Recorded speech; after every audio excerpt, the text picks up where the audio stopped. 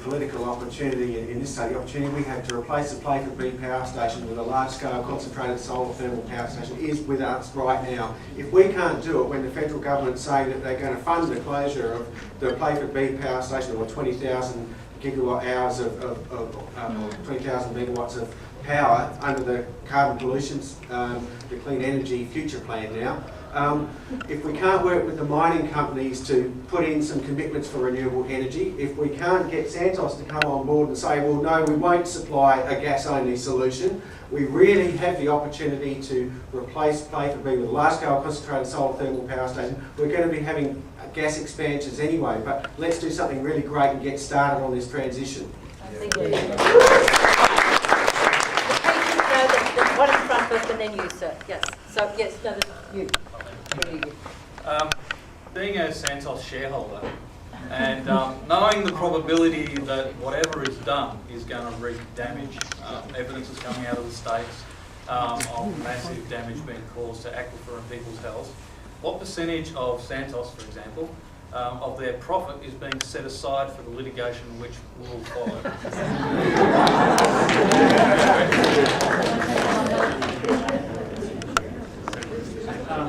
Obviously, I reject the fundamental premise. Not surprisingly. No, look, we don't believe there is the damage that you're saying there will be. We've been operating for 15 years. There has been no damage. Well, that should all be concerned. Should all be concerned. As it gets wider. Can I just also, we're quite happy to supply gas to a solar thermal. In fact, we've been doing our own research on that, so we're very, very pleased to participate in those sorts of research has already been done. Yeah. Solutions are All right, so we heard it here. Santos is partnering with the Con Council in terms of greening the grid. We've got a mentor. We've put the pressure on government. We hope BHPB will come on board, and we'll continue the conversations with Santos. Fantastic. Gentleman up the back there. Yes, I'd like to ask Andrew, does he consider that the science is settled as far as all aspects of coal seam gas are sufficiently safe? And if yes, what are the independent scientific organisations on which he's basing the yes answer? If no, shouldn't we be using the precautionary principle and making sure that we don't do it until the science is settled independently?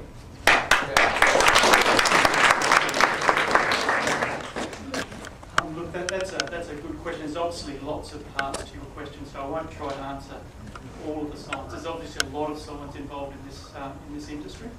But let me go to the heart, I think, of your question. That is around the precautionary principle. And if I use an example of what we're doing in New South Wales, I think that's a good example and topical right now. What we're doing is we are funding significant research into the water systems, into the coal seams, into the interplays of all of those geological features in that area, so that we do have that understanding. All that information will be made available.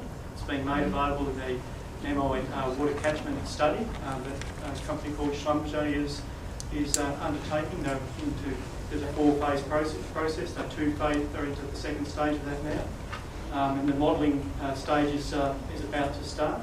So we are very concerned to get the science, as Senator was saying previously. We are also very keen to get the science into the debate. That's clearly something that we want to do, and it's clearly something that we want to base our decisions on as a company. So is that a yes or a no? Is that a yes or a no? The first part about an independent organisation or group of organisations saying yes, all key aspects, fine. Look, if you look at all the key aspects, if we want to go through them, if you like, we can. Yes or yes or no, do. Well, we can go through. I think that the technology is in existence, been there for 50 years. So yes, the technology is available. How that applies to the specific geological formations, that needs to be tested. So there's a difference between the technology and the application to the geology. That's what we have to explore. So that's something we need to work through. That's something we are working through. If we don't do that work, we never come up with the information, we never have the science to prove it one way or other. That's what we do. So the answer is yes. Oh, it's yes. If I can ask one more, would you therefore agree that there should be an independent body overseeing the whole lot, not just mining companies, Yes or coal no? seam gas We need companies an doing their own independent body, research? yes or no? To do what though? Overseeing To check that it's all okay. to reassure us that all these things have been signed off. Look, I think that's something that government really needs to decide. That's not something a company should be making a decision. I think we simply work within. But you would support it, Andrew, in terms of good faith operations and good community relations and building on science.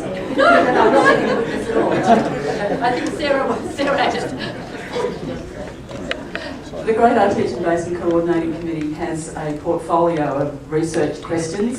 There are about 160 questions about the Great Artesian Basin that we would like answered. They're not all hydrogeological questions, but to give you an answer of the known unknowns.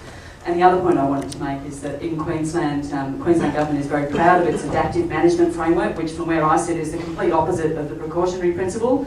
We have about 5 activities going on at once, trying to understand what happens if we use treated coal seam gas water in, releasing it to streams, what happens if we re-inject it, all these questions. It's all suck it and see. From where I sit, I see multiple giant uncontrolled experiments being conducted. The risks are not quantified, and for some of those questions the risks may not be reversible, so I'm scared. Thank you.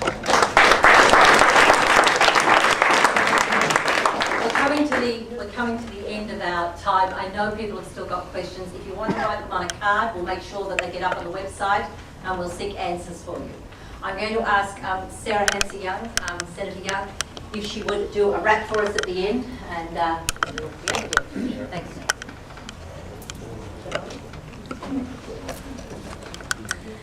Well, I think we've all learnt some key things tonight. Clearly, there are lots of questions that are yet to be answered, and I think some kind of independent assessment and science does need to continue happening, and I think the government should at least make sure that happens. We've heard calls for moratoriums, and that is something that we obviously need to see happen, because the answers are not clear. The evidence isn't settled. The science isn't necessarily all there fact over fiction. We need to make sure we are looking after our water table, and that means ensuring that we find ways in our federal legislation to protect groundwater, to ensure that we have a trigger before things are assessed, to say, hang on a minute, what impact is this going to have on the water below the surface?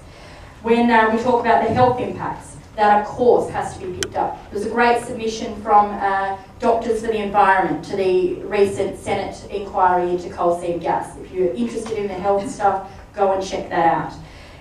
We've heard loud and clear that people don't want us as federal politicians sitting on our hands and thinking, oh well, someone else might clean it up. It's worked for 16 years in some places, and yet let's turn a blind eye to the rapid expansion and hope that everything's okay. Tim said, and muttered under his voice, Marlborough said that smoking was safe. And I think that pretty much sums up people's attitude here at the table. I think for those of you who are really concerned about this issue, write to your local Member of Parliament. Raise it with the senators and my colleagues in the federal parliament. This isn't just a state issue. I know there's a state public servant sitting at the back of the room over here somewhere who's writing a report based on tonight's meeting. Well, this isn't just a state issue. Yes, it is going to have impact on South Australia if we don't get this right, but this needs to be managed on a federal level. So get writing to your federal parliamentarians and ask them, do they feel safe? Do they understand the science? Do they get the long-term impacts of this? Well, I just think, when I get bombarded with letters on a particular issue, I start thinking, wow, I'm going to have to get some answers, because we need to be able to answer back to our constituents and give them some assurance, particularly in seats that may change hands. If this is something that you're concerned about, don't just have an empty threat. Actually talk about what this means for you and your vote. Thank you for organising tonight, Diane and the team. I think it's been a wonderful experience. Thank you. Thank you, Sarah.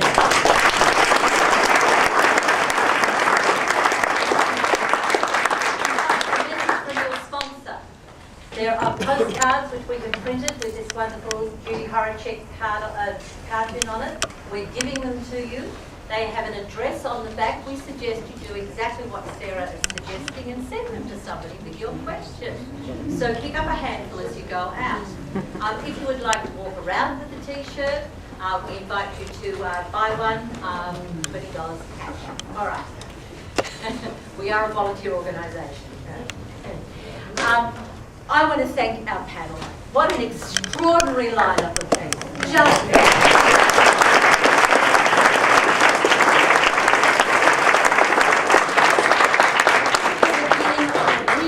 important dialogue, and if we can keep this, the tension that's here, but the intelligence and the goodwill and the clarity of thought that we've heard tonight, I think we can continue to have the dialogue. There is a way forward. And you're nodding, Andrew. So is it agreement, right? I'm not leaving it agreement. All right. I would like to thank the committee of the River Lakes and Crown Action Group. Would you stand up, please, so we can see who you are? Where's my committee? Come on, stand up. Thank you. Thank you.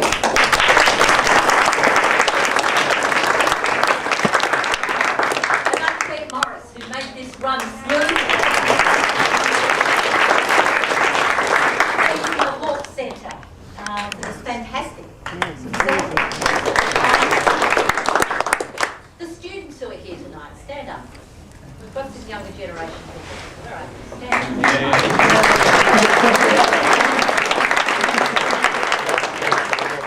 Everybody that has gov in their email address, hand up. Thank you for coming. Right. Take the message back. Everybody that's from an environmental organisation, hand up.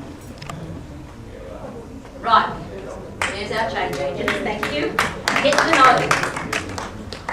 All the people from the industry, hand up. Thank you for coming. And the rest of you, I guess you are concerned citizens. And I thank you. Thank you for being part of this conversation. Thank you for your patience. I know there are questions that are left.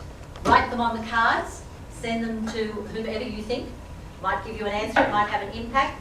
If you have questions that you want to ask the panel, we have other cards that you can write on those, and we can make sure that they go on the website and get answered. So go forth and do good things, and good night. Thank you.